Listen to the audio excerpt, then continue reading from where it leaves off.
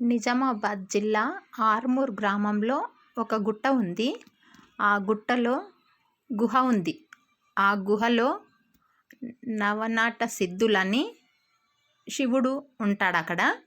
చూడండి, సిద్ధుల గుట్ట అని అంటారు దాన్నే. లోపలికి ఎలా వెళ్తున్నారో చూడండి. లోపల ఇట్లా గుహలాగుంది. లోపలికి పోయిన తర్వాత అద్భుతంగా ఉంది. చూడండి, ఆ లోపలికి ఎలా వెళ్తున్నారు జనాలు. లోపల చాలా బాగుంది.